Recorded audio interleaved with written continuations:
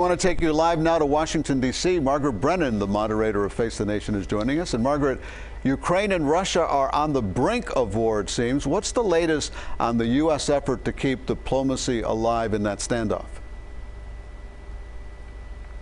Well, Secretary of State Antony Blinken met today in Geneva with Russia's top diplomats, and he's on his way back here to Washington to consult with President Biden on what to do next. They vowed to respond to the Russian demands with some form of written response. So we know there's an agreement to at least keep talking and communicating, and that we can call progress. At the same time, the United States and Western allies are surging defense systems to Ukraine so that they can defend themselves. That includes equipment that would allow Ukraine to shoot back at Russian tanks or shoot down Russian helicopters should there be a military escalation. Let me ask you about the pandemic. New data from the CDC is confirming the effectiveness of booster shots when it comes to keeping people out of the hospital. Is that message getting through to the American public?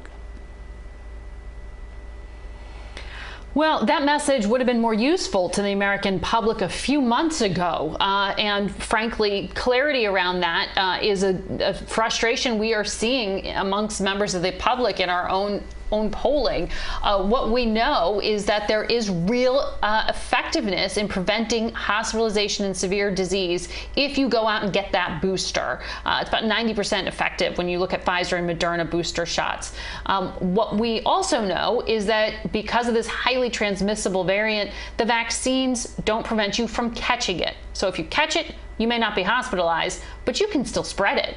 And that is why the recommendation now is for the higher quality masks, because you have to vaccinate and you have to prevent the spread. So there's criticism of the CDC on that as well, that there wasn't clear communication on mask quality earlier. Dr. Scott Gottlieb, our frequent guest, has really driven home this point.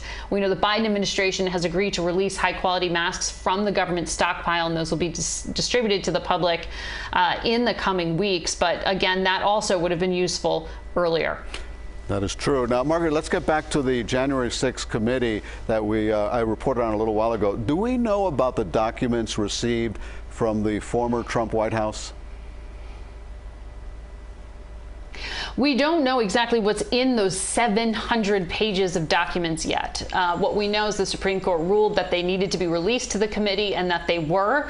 We know that the chairman, Benny Thompson, when he joins us on Sunday, will be able to provide at least some guidance on how they plan to use this information.